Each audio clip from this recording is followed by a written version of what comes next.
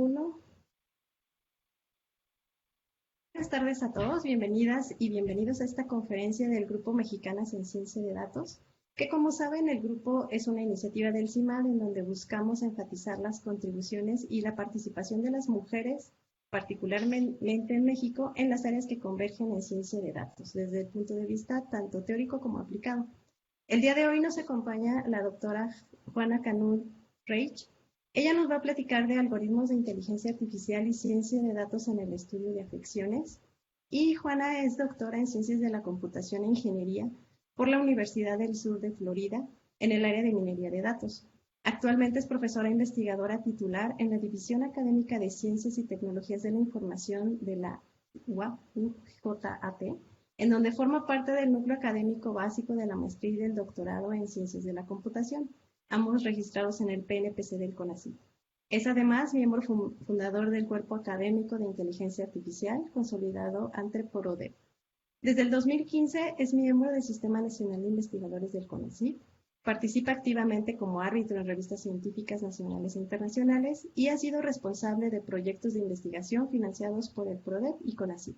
Sus intereses en investigación se enfocan principalmente en ciencia de datos e inteligencia artificial en el área de salud. Pues muchísimas gracias, Juana, por haber aceptado nuestra invitación y adelante, por favor, con tu plática. Muchas gracias y felicito por esta iniciativa para que participemos en este tipo de actividades. Bien, mi plática, como ya se dijo, es algoritmos de inteligencia artificial y ciencia de datos en el estudio de afecciones. Y bueno, pertenezco a la DACITI de la Universidad Juárez Autónoma de Tabasco. Es la División Académica de Ciencias y Tecnologías de la Información. La agenda que tengo para esta plática es, primero, ver la naturaleza multidisciplinaria de ciencia de datos. Después hablaremos de algunos repositorios públicos a donde podemos acudir para descargar datos para nuestros estudios, nuestros análisis, experimentos o en general para la investigación científica. Los algoritmos inteligentes y voy a aclarar el punto de los algoritmos que son muy fáciles de interpretar por su representación gráfica y aquellos otros que, bueno, son un poco más complejos y se les categoriza como de caja negra, que su interpretación no es, digamos, visual ni nada, pero que, bueno, funcionan, tienen un buen desempeño. Finalmente, mencionaré parte de la investigación en curso que tengo con estudiantes del doctorado en la universidad donde trabajo.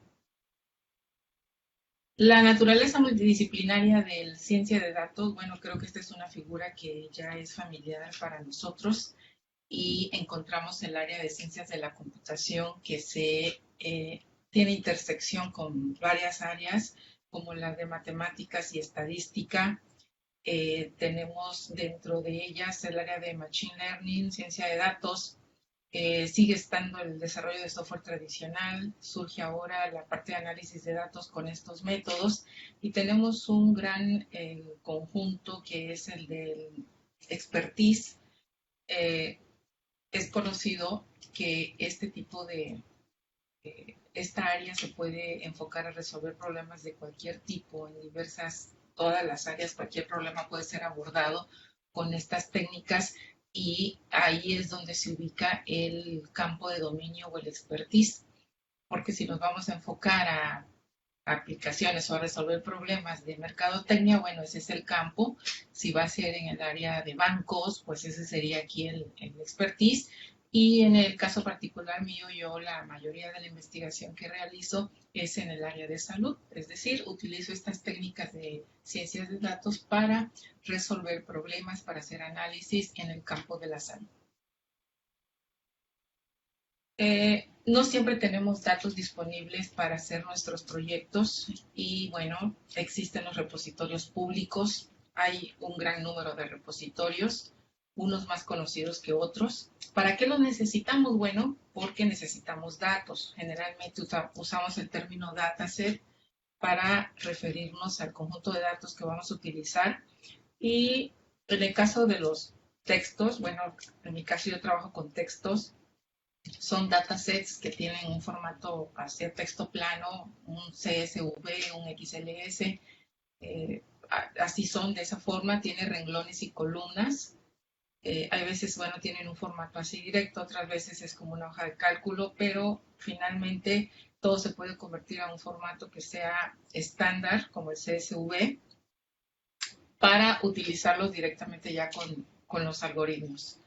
Entonces, no siempre tenemos los datos, si son problemas médicos, hay veces que, bueno, es un área donde particularmente allí hay dificultad de conseguir los datos por la parte de la confidencialidad, privacidad y demás de los pacientes.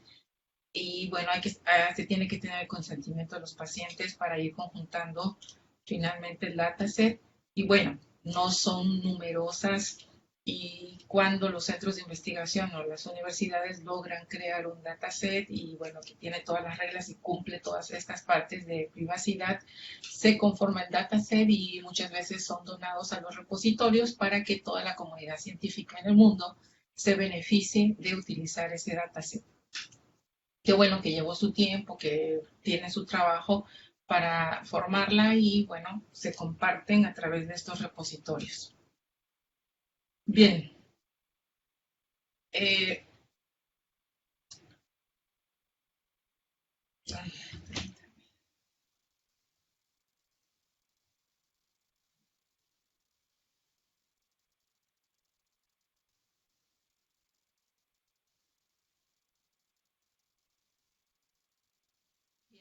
eh, Voy a mencionar algunos repositorios que son de los más conocidos y algunos que no son tantos, pero que son muy buenos para realizar búsquedas de dataset. Entonces pensé en aprovechar este espacio para mencionarlos.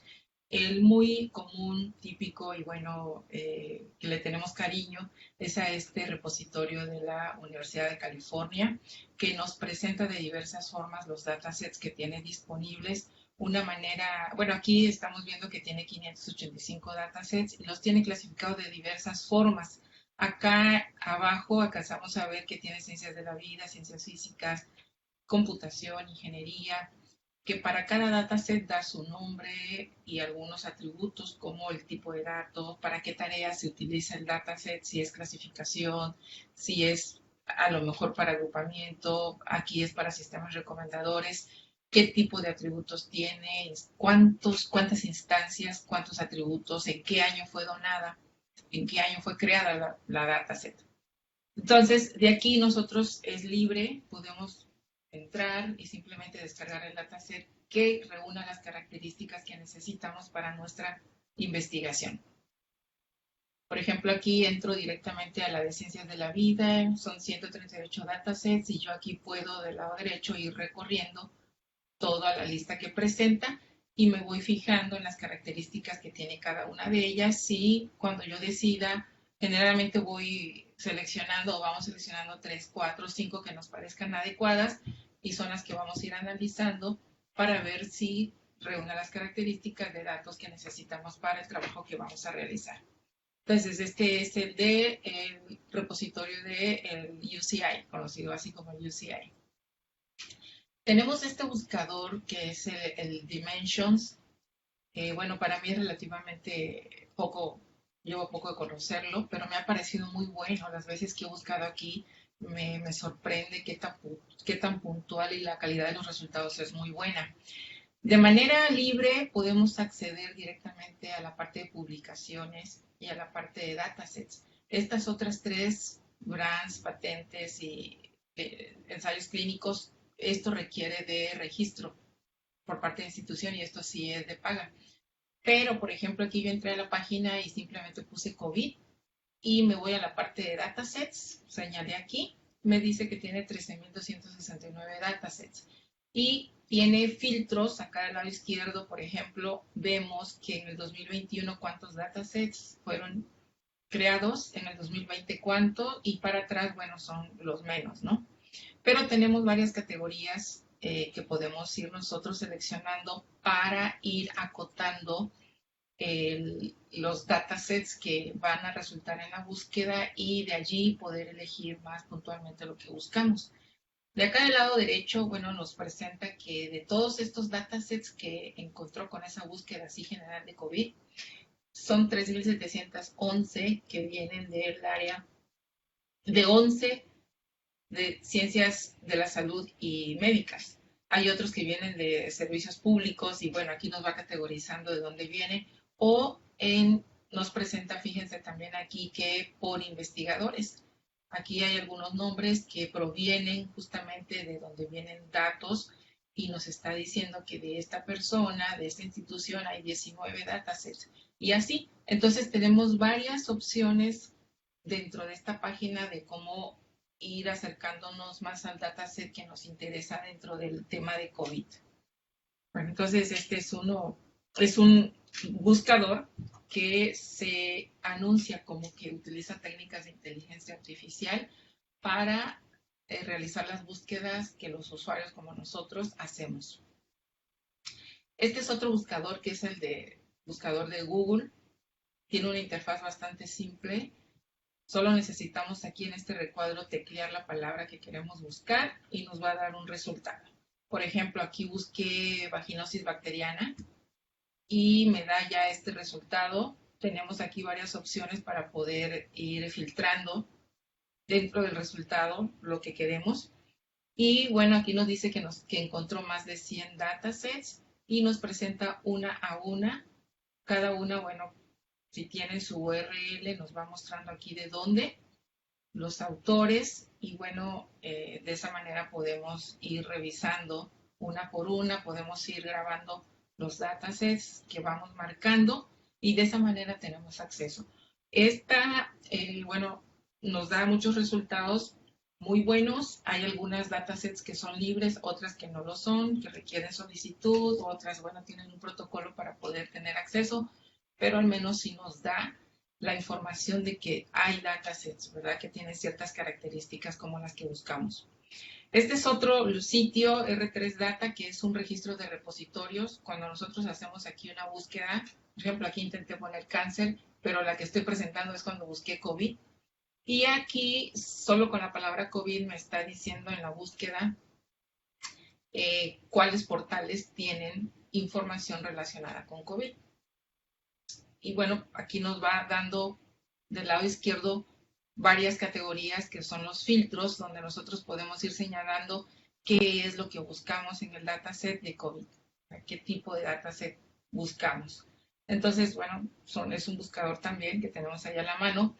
Tenemos otros que no siempre son, bueno, este en particular es de expresión genética, el GEO, conocido también, nos está diciendo cuántos datasets tiene, cuáles plataformas, cuántas instancias en total tiene almacenadas y ya tiene información genética igual del COVID. Y bueno, esto es cuando hacemos análisis a nivel genético y de proteínas. Tenemos este banco que es muy útil y que nos va a proporcionar información en ese formato. Este es otro que también contiene información genética y de proteínas para hacer ese tipo de análisis de diversos padecimientos. ¿Sí? Tenemos entonces acceso aquí a través de este portal. Igual su búsqueda es bastante sencilla. Y bueno, está disponible también para ese tipo de datos cuando el trabajo así lo requiera o la investigación. Bien, hablando un poco de algoritmos inteligentes, tenemos aquí el aprendizaje automático clásico. Bueno, ahora hablamos de uno clásico y se habla de uno moderno.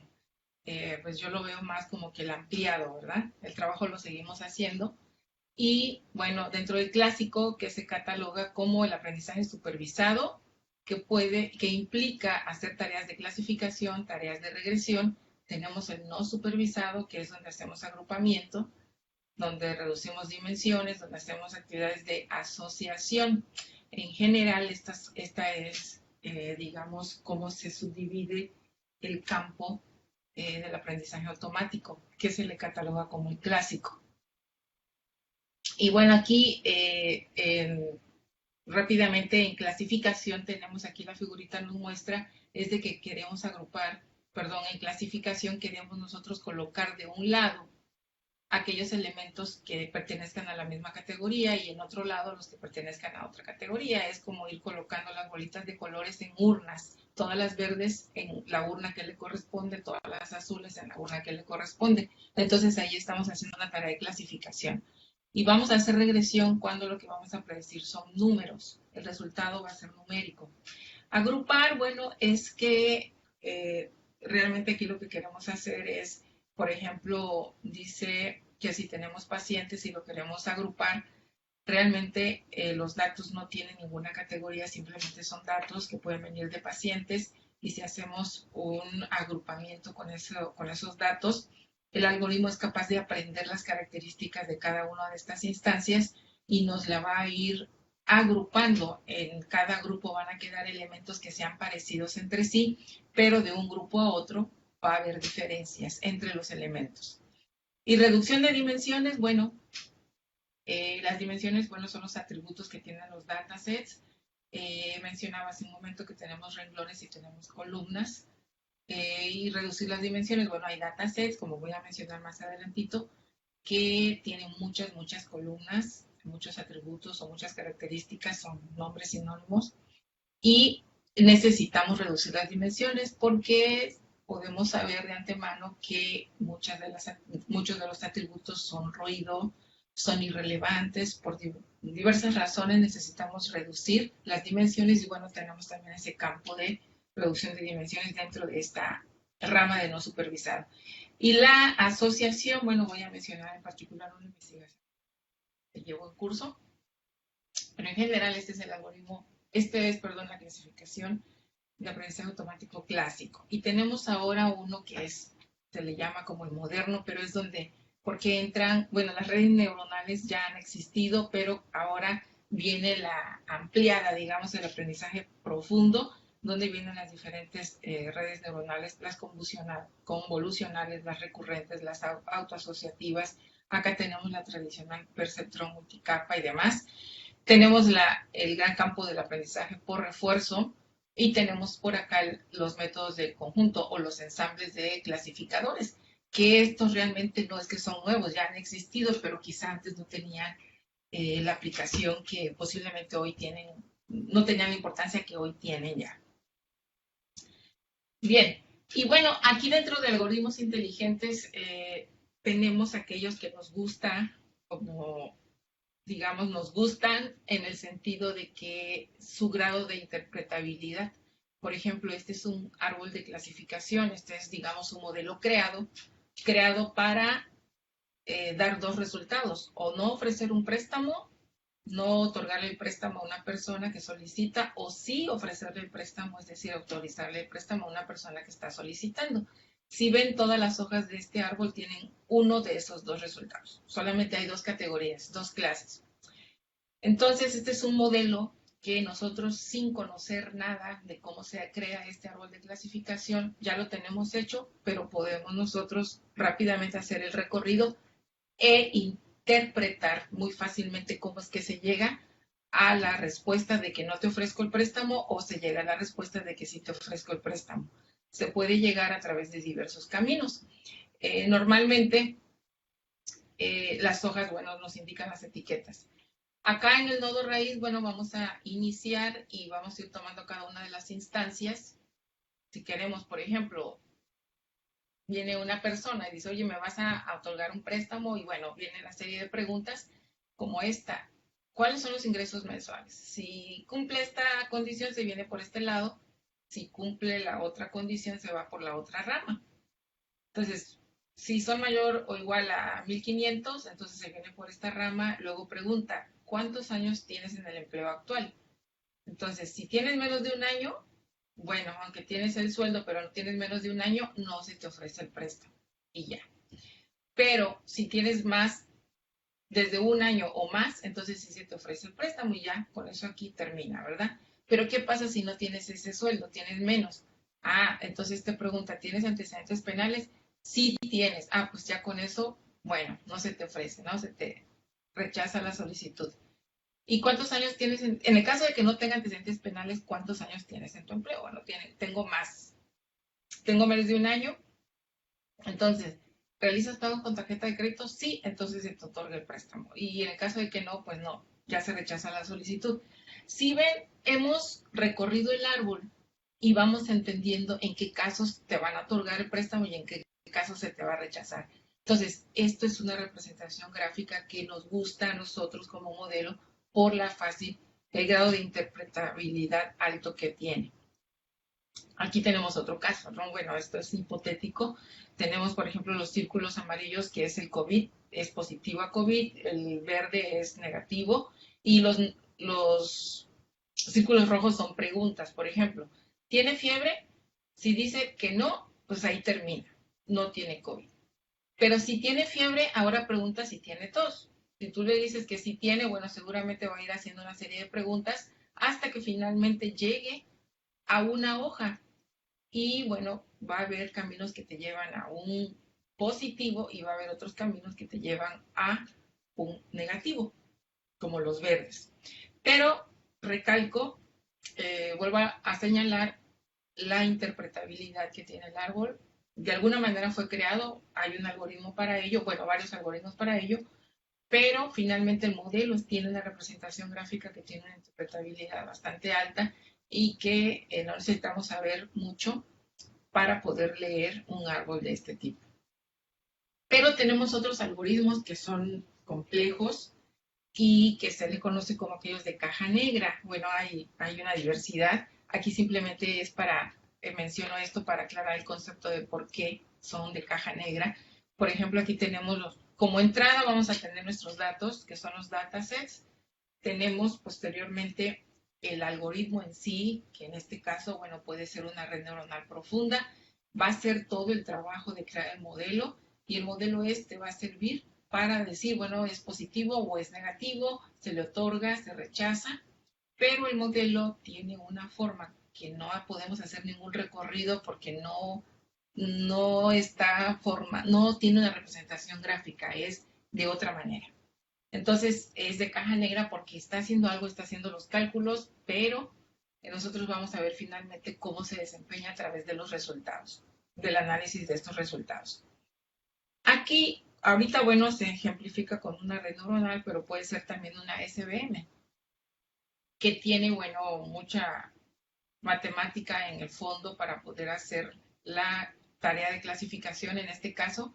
Estos son los datos de entrada, pero aquí pues difícilmente se pueden clasificar, ¿verdad? Se requiere de un modelo. Aquí no es linealmente clasificado, fácil la clasificación, y por lo tanto se tiene que hacer uso de un kernel que lo que va a hacer es transformar estos datos de entrada a otro tipo de datos en donde van a ser ubicados en una categoría a un lado de este plano y los de otra categoría a otro lado.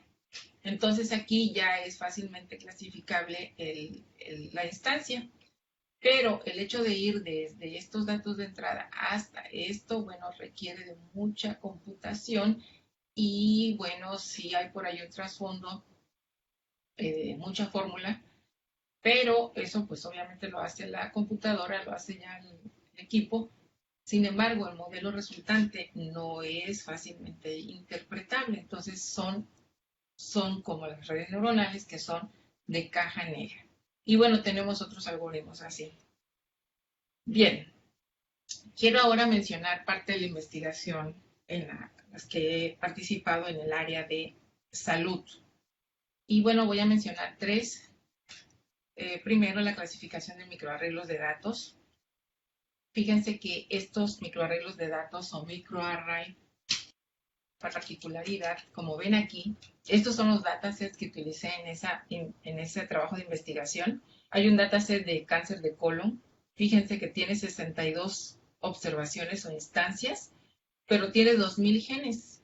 Entonces, los genes, los atributos son columnas. Entonces, imagínense la forma que tiene este dataset con tan solo 62 instancias y con 2000 genes.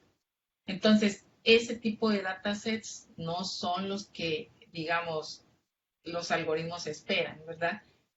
Entonces, se tiene que trabajar este dataset, se tiene que preprocesar y, bueno, definir cómo lo vamos a usar.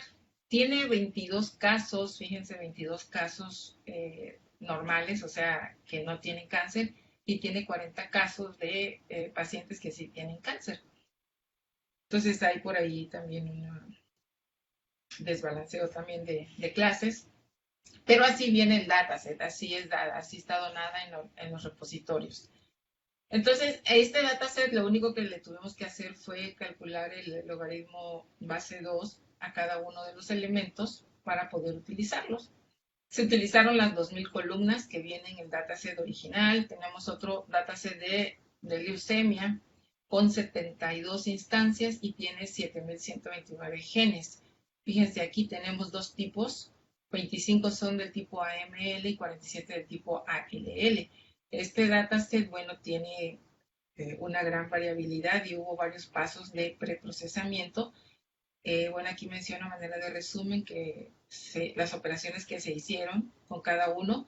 Finalmente, de los 7.129 nos quedamos con 2.689 genes, pero aún así tenemos 72 instancias contra 2.689 genes. Es un dataset que tiene una matriz así bien rectangular, ¿no?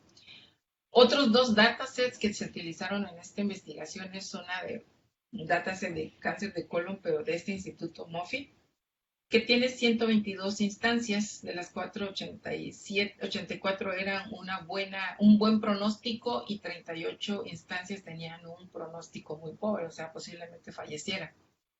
Tenía 54.675 genes. Entonces, imagínense, 122 instancias contra 54.675 genes. Se hizo de preprocesamiento el logaritmo base 2 de cada uno de los elementos y nos quedamos con los genes o los atributos que tienen una varianza mayor o igual a 0.5. Bueno, todo esto fue después de hacer varios análisis y nos quedamos con 2.619 genes. Otro dataset fue el de cáncer de colon. Vean, 410 instancias con 22.282 atributos, los pasos que se hicieron como preprocesamiento y nos quedamos con 2.428 genes. Entonces, como ven, aun cuando descartamos algunos atributos, siguen siendo en el orden de miles aquellos con los que nos quedamos. Entonces, en este caso, hicimos un trabajo para seleccionar atributos. No estos que están aquí, o sea, aquí utilizamos los 2000 originales, aquí de los 7129 nos quedamos con 2689, pero estos resultaron después del simple preprocesamiento. Al estudio llevamos estos datasets con este número de genes y con este número de instancias. Sin embargo, aquí se trataba de crear un algoritmo selector de atributos relevantes. Y bueno, aquí es parte de uno de los resultados donde tenemos el algoritmo que se propone, tenemos el RFE que es ya más clásico en este campo y tenemos el t-test, que bueno, este es más bien una prueba, pero calculamos el valor para cada uno de los atributos y con cada atributo fuimos creando datasets de tal forma que pudiéramos hacer las comparaciones. Y bueno, aquí encontramos que este método IFP, fíjense, acá empezamos con 2000 y acá tenemos menos, acá llegamos hasta 1 del lado derecho, pero del lado izquierdo empezamos con 2000 atributos porque el enfoque para ir seleccionando atributos es empezar con todos los atributos en el dataset. Aquí estamos hablando del dataset de cáncer de colon. Empezamos con todos los atributos y vamos descartando. Aquí hay digamos, descartamos a paso grande, nos bajamos hasta 220 y a partir de aquí fuimos descartando con pasos chiquitos para ir viendo el impacto en el accuracy o en el desempeño del algoritmo. Obviamente esto no es una sola corrida, aquí fue hecho con validación cruzada, hicimos 30 vueltas y demás, hicimos la prueba estadística y bueno, aquí están los resultados ya robustos. En este caso, el IFP, que fue el algoritmo que se propuso, tuvo un desempeño, bueno, aquí más o menos se ve cómo, pero donde sobresale es hacia el final. Es decir, se comporta con respecto al RFE ligeramente superior cuando tenemos pocos genes, que realmente fue una buena noticia, dado que lo que se busca es trabajar con pocos genes. Recordemos que si tenemos menos datos, pues va a ser más rápido el proceso, los algoritmos y demás. Pero bueno, sí nos sorprendió el comportamiento del t-test, dado que al seleccionar atributos con base en este criterio, siempre el comportamiento fue bastante superior. Bueno, esto fue uno de los experimentos, ¿verdad? Es el resultado que menciono. Entonces, como ven, fue interesante aquí trabajar con datasets que tienen esta forma, y esa es la naturaleza de estos datos de microarreglo o de microarray, donde normalmente tenemos pocas instancias y mucho más columnas o genes en el orden de miles. Y mientras que las instancias, el número de instancias está en el orden de decenas y si acaso en el orden de cientos. Bien, otro proyecto es el modelo, creo un modelo predictivo para el síndrome de Guillain-Barré. En este caso, los datos que utilizaron es un dataset que se conformó de 129 casos.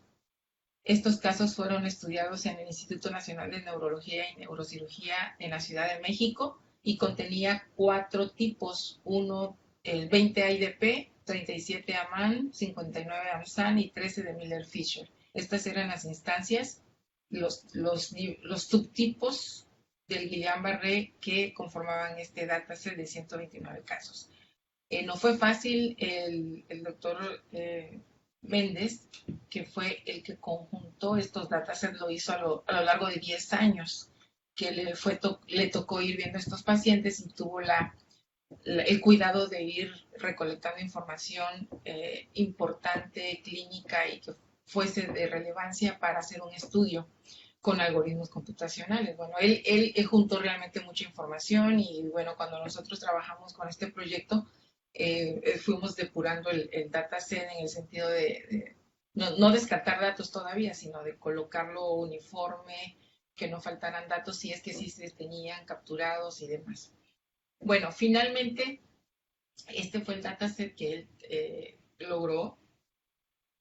Esta tablita muestra que para este estudio que aquí presento, este resultado es un resultado parcial, utilizamos estos 16 atributos. Obviamente, ya no son los atributos originales, sino que ya aquí había sido seleccionado desde el dataset original, se seleccionaron por diversos procesos, selectores de atributos, llegamos a que estos eran los importantes.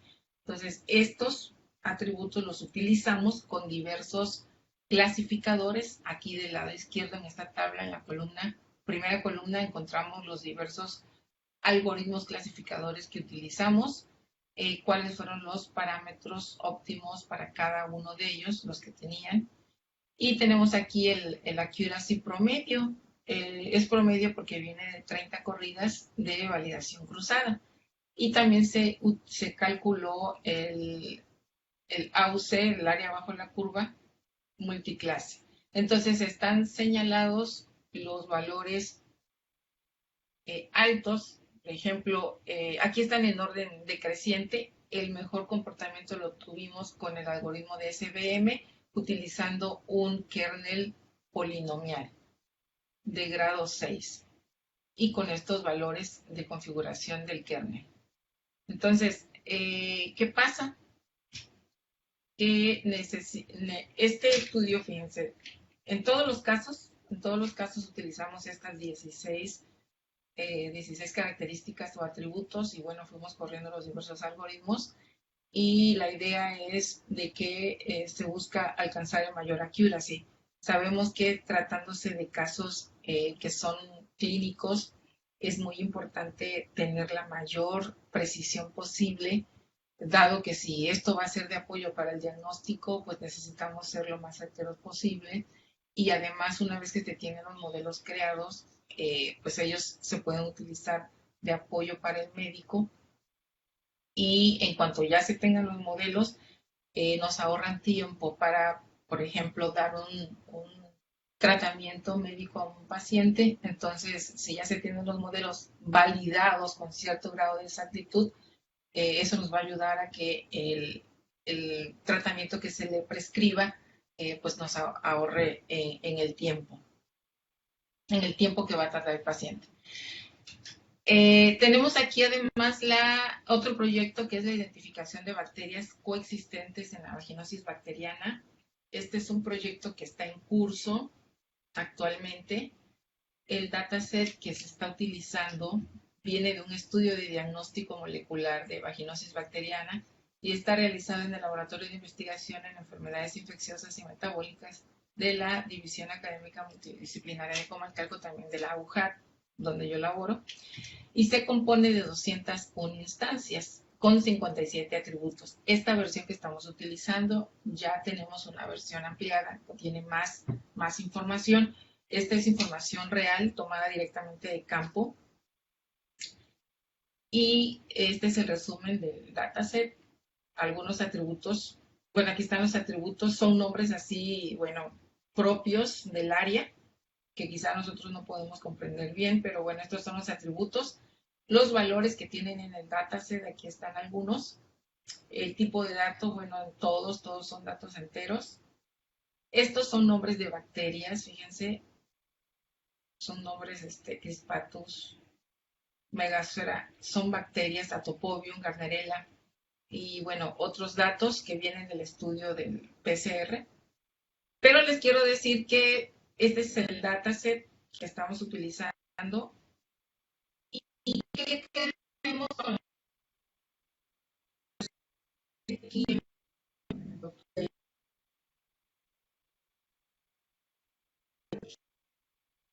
Bueno, son o aparecen diversas bacterias, pero no son las mismas bacterias. Y esas encontramos que no siempre. Entonces, bacterias, sino a veces cuando coexiste con otras, pero esa coexiste. Entonces, dado que tienen esta información ya en datasets, bueno, igual dimos digamos, forma y surge estudiar este programa. Primero,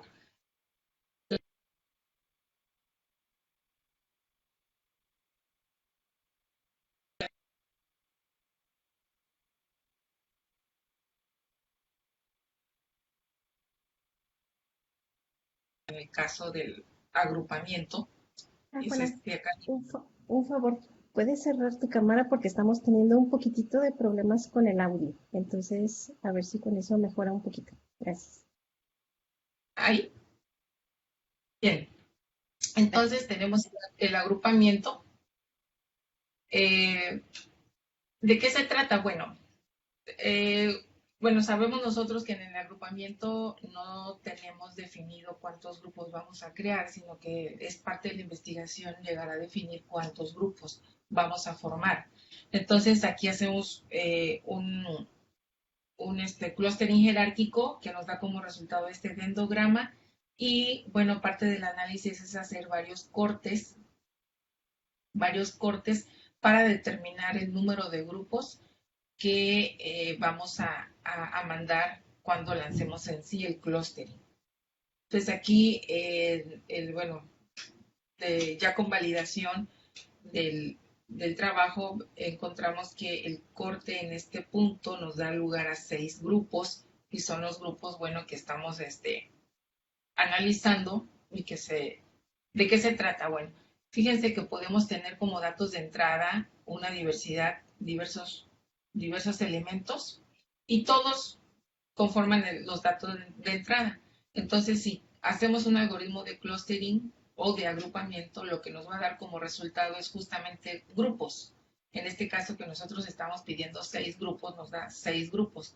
Pero cada grupo tiene elementos que entre sí se parecen, pero que de un grupo a otro son diferentes. Hay diferencias. ¿Y en qué consiste? Bueno, para nuestro caso de la vaginosis bacteriana, lo que estamos asumiendo es que potencialmente los pacientes que queden en los grupos van a tener, por definición de agrupamiento, características similares.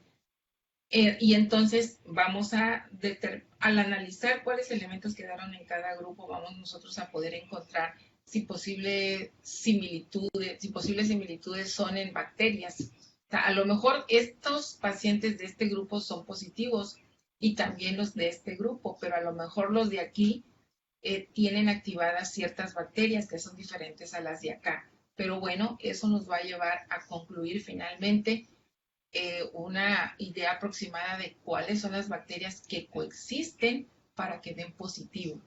Entonces, ese es el enfoque o esa es la analogía que hacemos y el interés por el cual surgió hacer el agrupamiento con estos datos. Para el caso de la selección de atributos, tenemos la identificación de predictores para el diagnóstico de vaginosis bacteriana. Es decir, queremos decir es positivo o es negativo, pero necesitamos hacer una selección de atributos. ¿Para qué la necesitamos hacer? Bueno, porque entre menos atributos ocupemos para hacer un diagnóstico certero, mucho mejor, porque eso quiere decir que sometemos al paciente a menos estudios, ya que vamos a necesitar menos datos. Entonces, ¿pero qué es la selección de atributos? Bueno, eso consiste en que partimos del dataset original, completo con todos los atributos, después del proceso de selección de atributos, es decir, el proceso de identificar cuáles atributos son relevantes. Bueno, aquí nos quedamos con los que están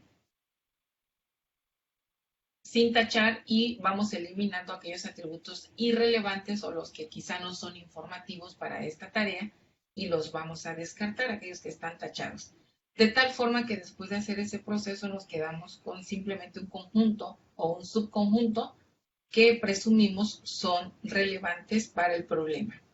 Entonces, recalco aquí, la idea es de que utilicemos los atributos que sean lo suficientemente informativos a un diagnóstico de vaginosis bacteriana. Entonces, en vez de hacer tantos estudios al paciente para reunir todos estos atributos que en un principio tiene el dataset, ya vamos a requerir menos atributos y por lo tanto menos estudios tendrá que hacerse el paciente.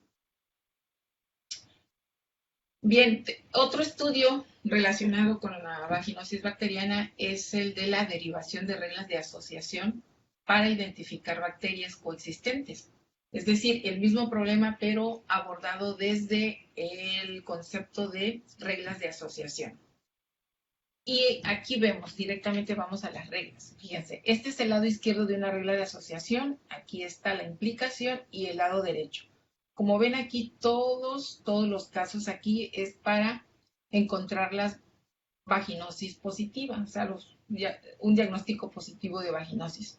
Pero ¿qué pasa? Bueno, está el algoritmo de reglas de asociación, en este caso puntual vienen de aplicar el algoritmo a priori, y después de aplicar ciertas métricas de calidad para descartar reglas, recordemos que este algoritmo nos genera exponencialmente el número de reglas a partir del dataset y entonces, bueno, nos quedan muchísimas y lo que hay que hacer es ir descartando con algún proceso inteligente.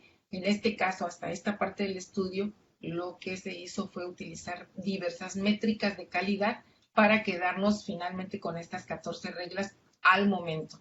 La investigación sigue en curso, pero lo que quiero recalcar aquí es esto. Fíjense, esto que menciono al inicio el objetivo de esta investigación, que es poder identificar cuáles son las bacterias que coexisten para detonar un caso positivo de vaginosis, lo trasladamos al concepto de reglas de asociación de la siguiente manera. El algoritmo nos va a derivar las reglas. Nosotros ya descartamos con las métricas de calidad, pero si nos ponemos a analizar estas 14 reglas, nos está diciendo que, por ejemplo, la primera, Atopobium con Megasfera, las dos coexisten para dar una vaginosis positiva. Sí, tiene una interpretación más o menos fácil. Acá hay otra regla que nos dice que Atopobium con Gardnerella nos va a dar vaginosis positivo.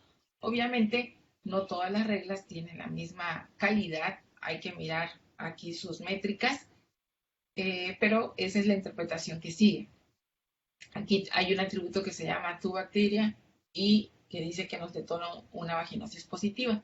Y así tenemos muchas reglas, ¿verdad? Obviamente, imagínense cuando tenemos un número altísimo de reglas, no todas tienen un significado biológico y hay otras que sí. Entonces, ese gran número de reglas, obviamente después de descartar o de filtrarlas con estas métricas de calidad, pues nos llegan a quedar pocas, en este caso 14.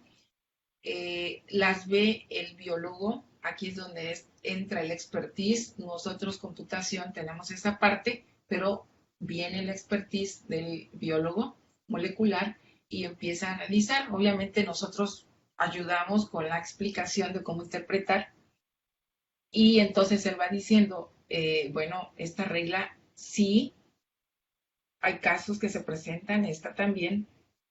Hay casos imposibles, no puede ocurrir esto, por lo tanto descartamos la regla. Eso de que no puede ocurrir son conocimientos ya que se tienen. Es como decir la presión arterial de una persona, ¿no? Que es imposible que tenga, no sé, 400 en la alta, porque ya no es, realmente no vive, ¿no? Entonces esos casos imposibles él viene y los descarta. Pero hay otros que, bueno, sí, aquí estamos comprobando, por ejemplo, por decir algo, la regla 8 o la regla 11, podríamos estar comprobando que todos los casos que se encuentran biológicamente como positivos, esta regla nos está confirmando, ¿sí? Esos casos. Hay otros en donde, bueno, puede ser que estos números nos estén indicando una calidad alta en la regla y que a lo mejor no se tenía biológicamente identificado este comportamiento de la coexistencia de las 3 bacterias para detonar ese positivo.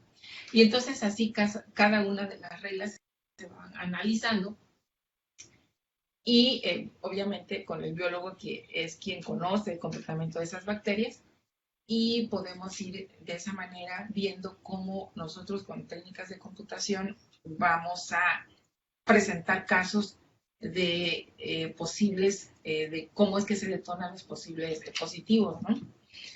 Y bueno, esta es, a grosso modo, parte de lo que se hace. Hay problemas que atacar, sí. Por ejemplo, esa explosión de reglas que hace el tradicional a priori para generar sus reglas. Bueno, obviamente empezamos con los casos bases, que es este. Tuvimos muchas miles de reglas. Pero bueno, se está atacando también porque en vez de usar el a priori vamos a utilizar algoritmos inteligentes también para generar las reglas. Otra es de que en vez de descartar con las puras métricas de calidad, como es en este caso, vamos a descartar con un algoritmo de optimización. Entonces, así se han abierto caminos de cómo ir mejorando la calidad de los resultados. Finalmente, lo que queremos nosotros aportar es justamente en este proyecto es que podamos, digamos, ofrecer una base al biólogo y, bueno, al campo científico de esta área, de qué encontramos analizando computacionalmente con este tipo de algoritmos, de cuáles son los casos que detonan un positivo, ¿verdad? Entonces, da pie para que confirmen lo que ya en biología se conoce, para que le pongan atención a casos que nos está reportando el algoritmo y los exploren. Y también para descartar aquellos casos que sí se derivan en reglas o se presentan en forma de reglas, pero que es imposible que ocurran. También existen esos casos. Esos nosotros pues simplemente no los podemos hacer, pero sí presentárselos a ellos para que ellos con su conocimiento hagan esa parte. Bien, pues es parte del trabajo que se está haciendo actualmente y bueno, es parte del trabajo que actualmente estoy haciendo y en el que estoy involucrada. Esta gráfica, bueno, quizá también la conocen por allí, que lo que hace un científico de datos realmente es aplicar técnicas, estrategias a los datos, es como un jiu-jitsu, para poder darle forma a los datos y que representen ganancia. Bien, muchas gracias. Si tienen preguntas, estoy aquí con ustedes.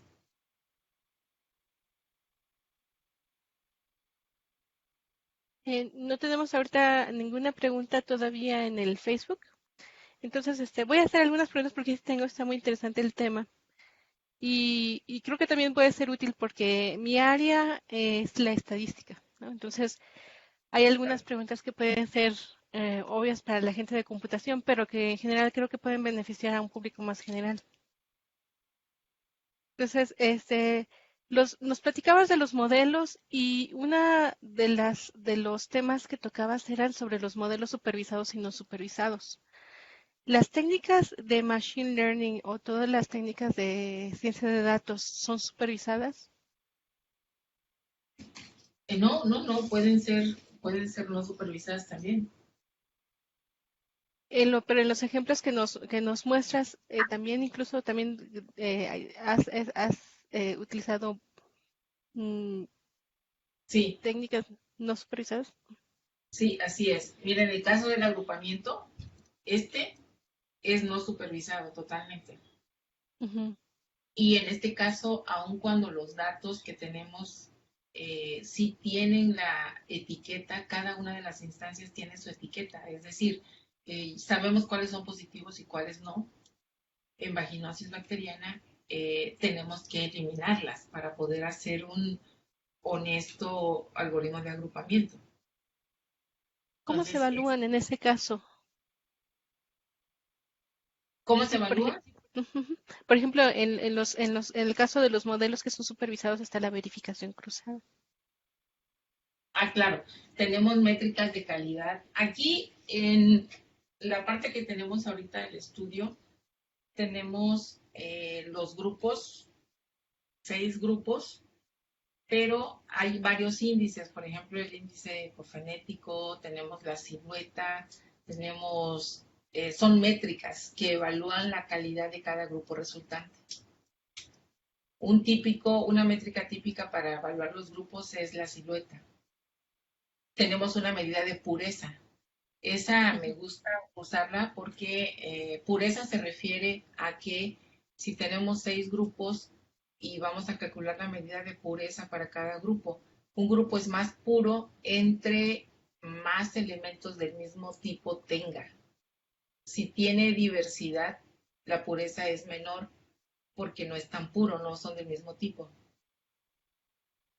sea Entonces, que sí, entre más puros resulten los grupos, quiere decir que el algoritmo hizo un buen trabajo. Puras peras quedaron en un grupo, puras manzanas en otro grupo, puras mandarinas en otro grupo, son puros.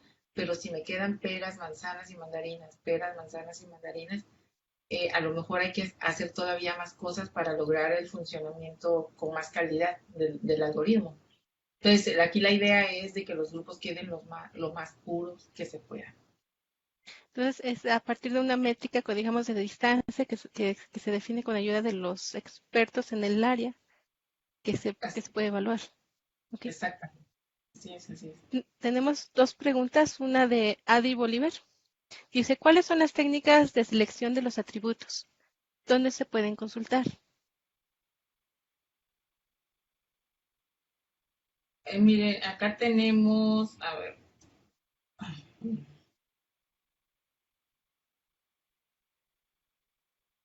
Mira, aquí en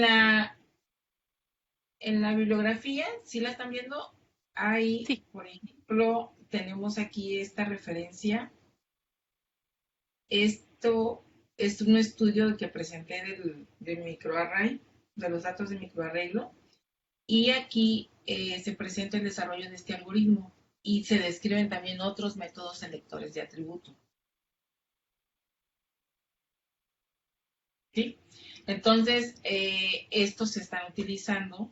En este algoritmo, en este paper se describen los métodos que se utilizaron para comparar el método propuesto, que es el IFP, con otros.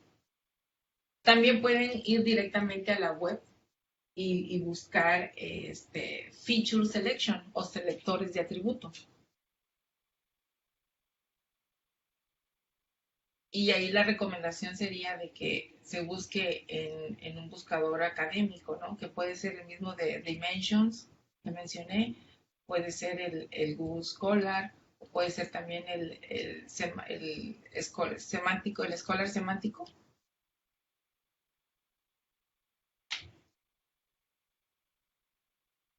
Ok. A ver Y si es un Adi nos puede confirmar si con eso o tal vez quiera ahondar un poco en la pregunta.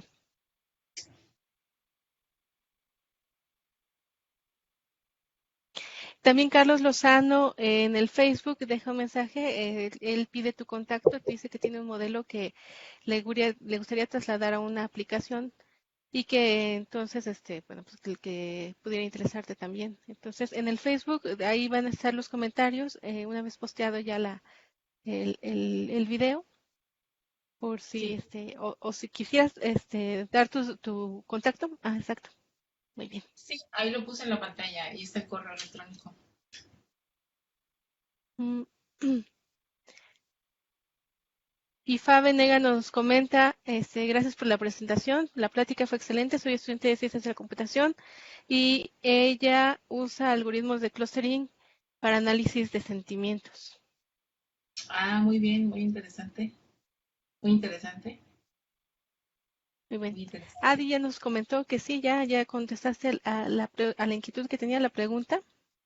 Okay. Otra pregunta que yo tengo es en que las cosas, bueno, la clasificación está muy relacionada con el Machine Learning, clasificación y también el agrupamiento.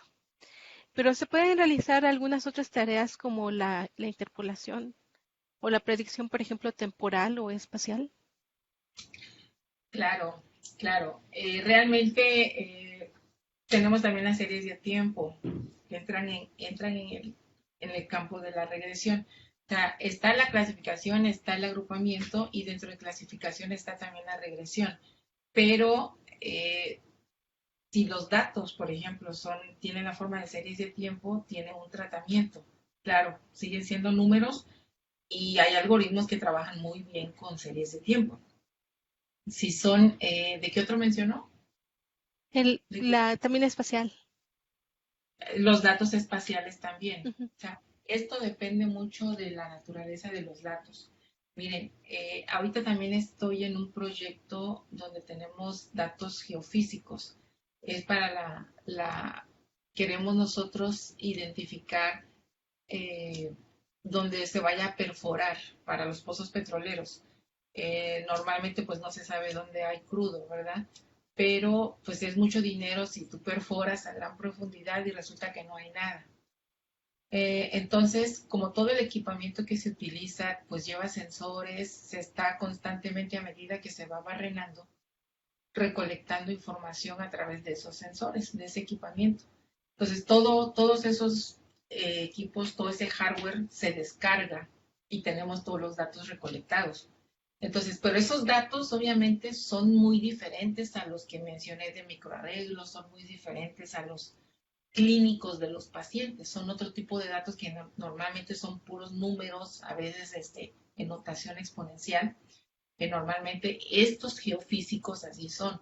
Entonces, eh, los problemas, por ejemplo, en este caso que vamos identificando características que tienen a diferente profundidad la exploración, donde se va perforando, obviamente, si tiene cierta profundidad, son ciertas características y los números que representan esos datos, pues nos va diciendo, ¿no? El algoritmo es capaz de aprender a qué profundidad va, porque los datos pues van siendo diferentes. Entonces esa es la parte muy bonita de los algoritmos inteligentes que aprenden a encontrar esos patrones. Pero una cosa son los datos y otra cosa es el problema. Por ejemplo, en estos datos también podemos nosotros hacer una abstracción y resolver un problema de clasificación. Por ejemplo, si tenemos, bueno, a medida que vamos descendiendo en la perforación, vamos encontrando diferentes tipos el suelo es diferente a diferente profundidad es diferente. Entonces, podemos trasladar esos datos y convertirlos a un problema de clasificación para que no. Entonces, sigue siendo un problema, pero los datos son de otro tipo. Entonces, obviamente, para poder utilizar, habría que ver cuál vamos a usar. Hay algoritmos como una SM, como una, que son muy robustos a trabajar, pues podemos usar esos algoritmos. Entonces,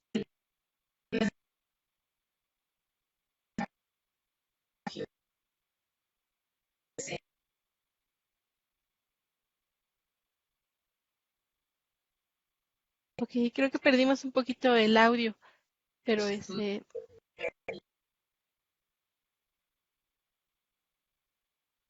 Creo que igual y si, no sé Juana, si ya si nos está. escuchas, si quieres apagar, quitar ya tu presentación, igual y te escuchamos mejor.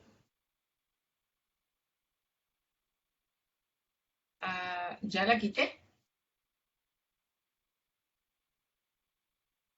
¿O ya Ya, dejé de ya te compartir? escuchamos. Ok, Es que te perdimos un poquito. bien. Bien, bien. Bueno, entonces, si tenemos datos, por ejemplo, como los geofísicos, pues bueno, sigue siendo un problema que podemos llevar al campo de la clasificación o del agrupamiento, aunque los datos sean geofísicos, ¿sí? O sea, acuérdense que, como mencioné al principio, la naturaleza multidisciplinaria de esta área es de que podemos resolver problemas de diversos campos. Puse el ejemplo ahora mismo de los datos geofísicos, porque es interesante ver que se tienen datos, por ejemplo, de los que se van capturando con el equipamiento a medida que se perfora. Ese equipo tiene sensores que va recolectando información a medida que va bajando. Esa información recolectada captura la profundidad, captura el dato, captura muchas cosas, son muchas columnas también las que resultan.